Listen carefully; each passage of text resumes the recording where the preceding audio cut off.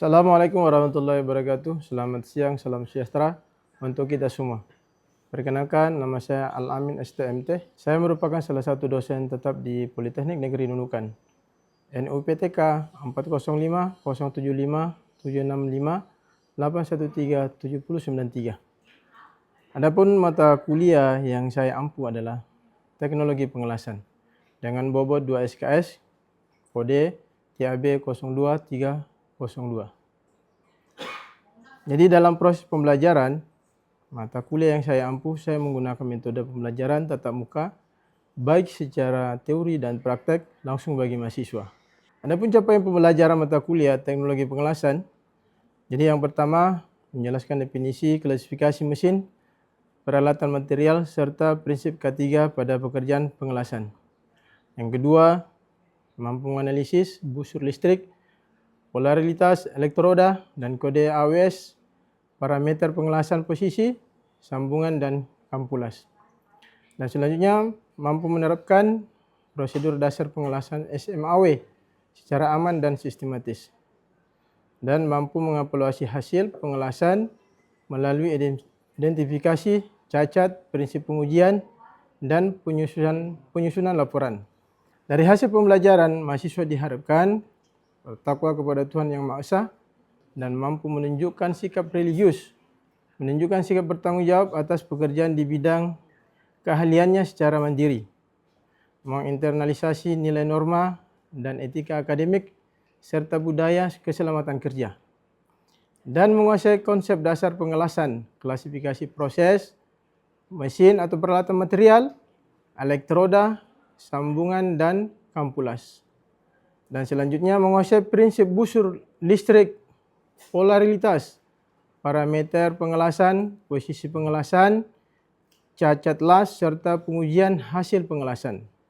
Dan menguasai prinsip K3 pengelasan, penggunaan APD, dan pengendalian bahaya panas, cahaya, asap, kejut listrik, kebakaran, ledakan, serta radiasi. Mampu menerapkan pemikiran logis, kritis, sistematis, dan inovatif dalam penyelesaian masalah teknologi pengelasan, dan mampu menunjukkan kinerja mandiri, bermutu, dan terukur.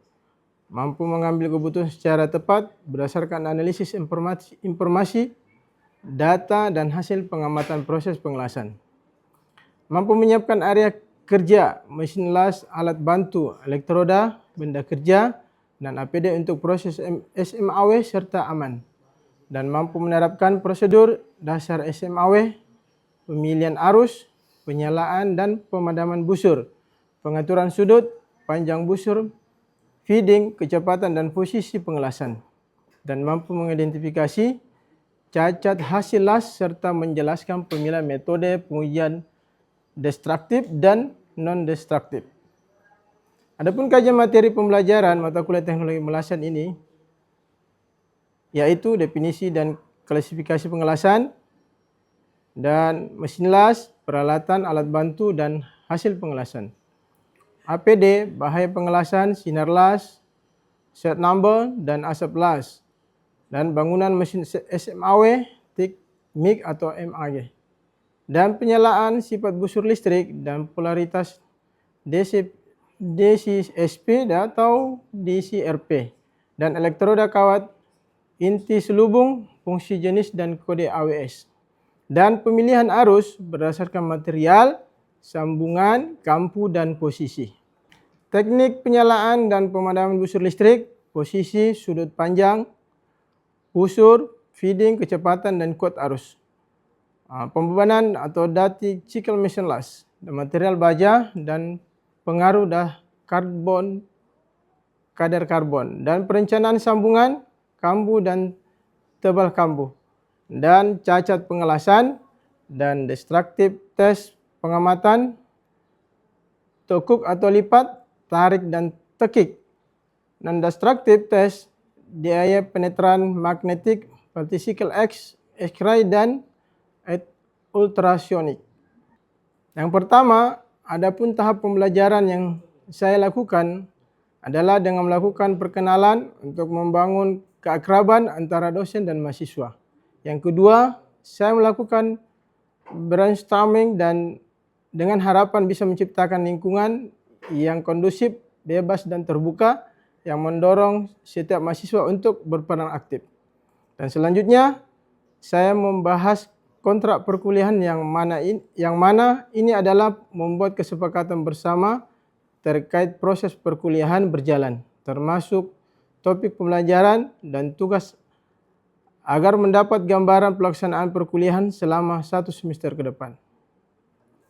Dalam diskusi saya biasa memotivasi mahasiswa untuk belajar lebih giat dan lebih serius. Selanjutnya saya akan mencoba mengetahui pemahaman masing-masing mahasiswa terkait proses pembelajaran melalui tugas, kuis dan praktek langsung. Itulah gambaran dari pembelajaran mata kuliah teknologi pengelasan. Oke, Assalamualaikum warahmatullahi wabarakatuh dan selamat siang. Bagaimana kabar pada siang hari ini? Baik, sehat. Jadi alhamdulillah pada siang hari ini kita akan evaluasi mata kuliah yang kemarin, ya. Jadi sebelumnya kita masuk ke mata kuliah yang selanjutnya, saya memberikan evaluasi kepada adik-adik mahasiswa. Di antara mahasiswa ini ada saya satu orang adalah namanya siapa? Winnie. Boleh apa pengevaluasi yang kemarin tentang mengenai pengertian pengelasan? Baik Pak, untuk yang materi sebelumnya yaitu ada definisi pengelasan, yaitu mengelas adalah membuat ikatan metalurgi pada sambungan logam atau logam paduan yang dilaksanakan dalam keadaan limbah atau cair Pak. Jadi jawaban dari salah satu mahasiswa teman kamu tadi adalah sangat baik dan itu adalah betul pengertian dari pengelasan. Jadi selanjutnya untuk pertemuan berikutnya ini kita akan masuk di materi selanjutnya adalah alat bantu daripada pengelasan. Kita lihat bahwa yang pertama ini adalah alat apa ini? Gerinda ya. Ini gerinda fungsinya untuk apa? Untuk memotong. Jadi ketika dia nanti gerinda ini untuk difungsikan untuk memotong ini, maka difungsikan diambil yang pertama itu adalah mata gerinda. Setelah itu kita pasang di gerindanya dan kita pasang dipadukan kemana? Ke listrik ya. Setelah itu kita nyalakan. Setelah dia menyala maka dia akan berfungsi. Diambil satu material. Materi itu apa? Salah satu untuk plat atau besi ya. Setelah itu kita memotong ya. Jadi fungsi daripada alat bantu ini adalah untuk memotong ya. Untuk memotong, untuk memudahkan memotong daripada material. Kenapa? Karena kalau sekiranya kita memakai dengan daripada gergaji manual, maka prosesnya akan lama. Ya, betul ya? Betul. Ya, betul. Jadi selanjutnya, kita melihat daripada gambar ini. Ini adalah alat daripada APD. APD itu apa? APD itu adalah alat pelindung diri, ya. Jadi biasanya kalau kita menggunakan atau kita mau kerja di salah satu perusahaan, maka sebelum kita masuk di perusahaan atau kerja di salah satu perusahaan, maka yang perlu diperhatikan itu adalah APD, alat pelindung diri. Apalagi mengenai mata kuliah teknologi pengelasan ini sensitif dengan mata. Maka difungsikan ada beberapa APD. Yang pertama kita lihat adalah pakaian kerja las. Pakaian kerja las ini, untuk pakaian kerja las ini bukan fungsi untuk pakaian untuk kerja las ya. Contoh untuk dipakai nanti pada saat kita praktek di lab pengelasan. Coba kamu berdiri, Dipa. Ini adalah contoh nanti bahwa ini salah satu baju yang kita pakai nanti. Ada yang berlambang, yang berlogo ini safety first. Safety first ini apa artinya daripada safety first? Nah, utamakan daripada keselamatan. Nah, ya, jadi setelah itu ada baju safety first di dalamnya, maka di luar itu ada namanya apron. Ya, apron. Apron itu ada dua, ada untuk di tangan, dua tangan kiri, dan ada untuk di badan. Ya, di badan ini posisinya di mana? Posisinya di depan, bukan di belakang. Karena kenapa? Apron ya, kalau posisinya di belakang, ini kan tidak ada gunanya untuk safety ini, maka difungsikan untuk dipakai untuk di depan.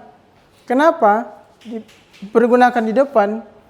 Karena pada saat nanti saudara atau adik-adik saya nanti pada saat mengelas, ini percikan daripada las ini adalah bahaya. Iya. Bahaya. Nanti akan bahaya, terutama di mata, ya. Di mata. Dan yang kedua apron, yang ketiga adalah pelindung lengan. Ya, pelindung lengan. Pelindung lengan ini adalah apron juga, tapi difungsikan untuk apa? Supaya lengan ini pada saat ada percikan-percikan daripada api welding, maka baju kita ini atau tangan kita ini terhindar daripada percikan dari api las. Ya. Oke. Selanjutnya sarung tangan. Sarung tangan ini kan bermacam-macam ini kan. Tapi ada khusus yang digunakan pada APD untuk pengelasan. Ya. Ada ukuran. Ya, ada ukuran. Contoh daripada sarung tangan itu, dia sampai di lengan. Ya, sampai di lengan.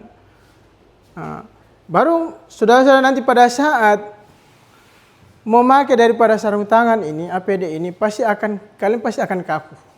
Ya, apabila kalian baru pertama memakainya, pasti kalian akan susah menggerakkan daripada tangan kalian. Ya, makanya sebelum nanti kita praktik, ya dibiasakan pakai APD. Ya, mulai daripada kepala sampai di ujung kaki. Setelah itu adalah pelindung kaki. Ya, pelindung kaki itu apa? Adalah sepatu safety. Sepatu safety. Ya, sepatu safety sos. Ya, apa gunanya sepatu safety sos? Melindungi daripada kaki. Ya, benturan-benturan daripada benda tajam, ya kan? Atau besi-besi yang tajam. Dan selanjutnya ada masker. Ini masker, ada ketentuan daripada masker untuk dipergunakan untuk nanti pada saat praktik pengelasan. Ya, bukan masker yang seperti yang kita gunakan pada saat corona, bukan. Ada yang memang khusus. Ya, ada yang memang khusus dipergunakan untuk pada saat kita pengelasan, supaya asap daripada welding itu supaya tidak langsung masuk hirup dalam hidung. Karena CO2 yang dikeluarkan daripada asap welding itu adalah racun. Ya, maka kita harus memakai masker. Dan yang ke-8 adalah kaca las. Apa fungsi daripada kaca las? Melindungi mata daripada cahaya daripada api las itu, ya, supaya kalian anak-anak semua nanti pada saat kalian mengelas atau mengwelding, mata kalian itu akan tidak short, ya, tidak akan merah. Makanya harus memakai daripada ke-8 daripada APD ini, ya. Oke, lanjut. Jadi kita lanjut daripada tadi APD, bahwa sesudah APD itu kita masuk ke sifat-sifat daripada busur listrik. Yang pertama itu busur listrik itu, sifat-sifat busur listrik itu yang pertama, satu, menghantar listrik. Ya, menghantar listrik. Ya, pertama itu adalah menghantar listrik. Maka ketika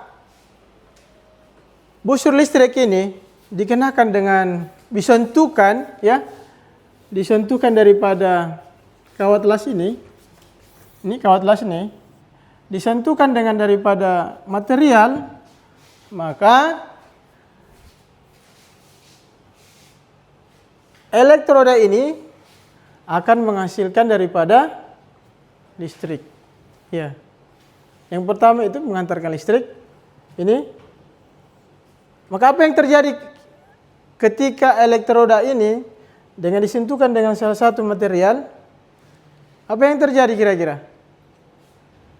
Maka yang terjadi ini ketika elektroda ini disentuhkan dengan material, maka yang keluar ini adalah terak daripada api yang keluar daripada elektroda ini. Ya. Ya. Dan yang kedua, ini adalah merupakan tahanan listrik yang akan menjadi lebih besar pada saat busur bertambah panjang. Ya. Jadi merupakan tahanan listrik yang akan menjadi lebih besar pada saat busur bertambah panjang. Jadi kita perhatikan bahwa nih, ya. Dan yang ketiga, sifat terpadu dikelilingi medan listrik, ya, kelilingi medan listrik. Dan yang keempat, menyimpang jika dipengaruhi medan magnet lain, ya. Dan yang kelima, menghasilkan sinar, gas dan uap, sehingga jurulas yang harus diberi pengaman daripada atau pelindung, ya. Ini kan ketika disentuhkan ini, ya. Ini ketika disentuhkan daripada elektroda dengan material ini, maka nanti yang keluar ini adalah api, ya, api. Maka satu orang ini adalah welder, ya, welder atau tukang las. Ketika dia tidak memakai pelindung diri atau APD, maka apa yang terjadi? Maka mata daripada tukang las ini atau welder, maka nanti akan terjadi matanya akan short. Ya kan? Betul ya? Nah, selanjutnya, yang keenam ini adalah biasanya akan menekan pada kawat cairan las ini. Ini kawat cairan las. Yang pertama itu adalah terak, yang terak ini. Yang kedua adalah terak cair, dia akan meleleh, ya, akan meleleh nantinya. Dan yang ketiga adalah lonceng gas, lonceng gas. Dan yang keempat adalah kawat inti. Ini adalah kawat inti, kawat intinya. Dan yang kelima adalah selubung daripada elektroda, ya, selubung daripada elektroda. Dan yang keenam, ini enam ini adalah cairan, cairan daripada las. Apa yang mengakibatkan ini sehingga ada cairan las yang keluar daripada di material ini? Apa yang mengakibatkan? Karena sentuhan daripada kawat las ini dengan material, sehingga ada cairan las keluar. Iya. Dan yang ketujuh ada namanya baklasan. Ya, ini ketika nanti kalian pada saat kita ngelas, ini tidak kelihatan nih. Ya, tidak kelihatan. Karena kenapa? Karena posisi kita pada saat menyentuhkan kawat las ini dengan material ini adalah satu orang yang mengelas, maka yang terjadi ini adalah api. Jadi ketika dia memakai daripada APD, ya, APD untuk pelindung mata itu, maka yang kelihatan ini adalah apinya. Ya. Jadi untuk mengetahui melihat daripada cahaya daripada las ini atau welding ini, maka cahaya lampu itu harus terang. Ya, lampu bola lampu itu harus terang. Karena untuk melihat daripada apa yang kita las atau mau welding nih. Ya. Nah, sehingga pada saat elektroda ini disentuhkan dengan material, maka apinya akan hembur. Itu adalah terak, akan menghasilkan daripada terak. Dan yang ke-8 ini adalah kampulas. Ya. Kampulas pun pada saat kita ngelas itu tidak kelihatan nantinya. Ya. Dan yang 9 adalah logam induk. Ya, logam induk. Ya. Oke, lanjut. Kita lanjut ke materi berikutnya. Jadi kita lanjut daripada sifat-sifat busur listrik ya. Sifat busur listrik itu ada 2 ya. Yang pertama direct current. Kemarin mungkin kita belajar di elektrik ya. Itu kan ada 2, ada DC dan ada AC, ya kan? Di sini pun kita akan belajar 2 sifat-sifat busur listrik, ya. Yang pertama adalah direct current, strike, polarity, atau biasa disingkat dengan DC, SP, strip, DC, strip, DCN.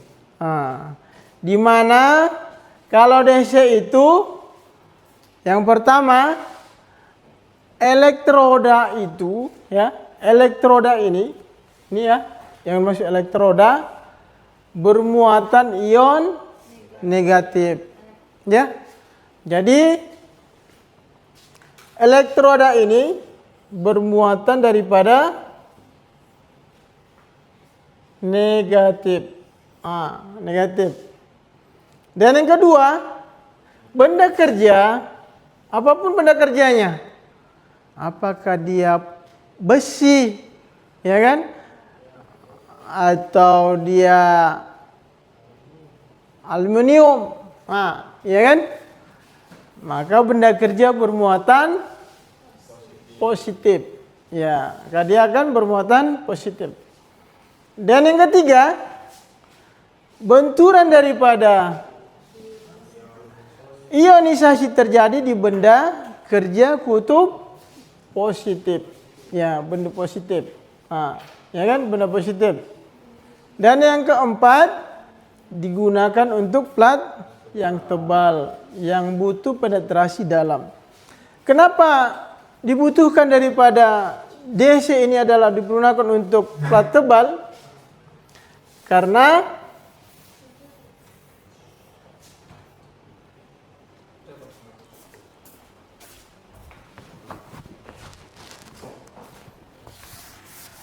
di plat tebal ini, di plat tebal nantinya, ini adalah satu nanti benda itu ada di bezel, ya, sehingga ketika ada ion-ion yang masuk nanti di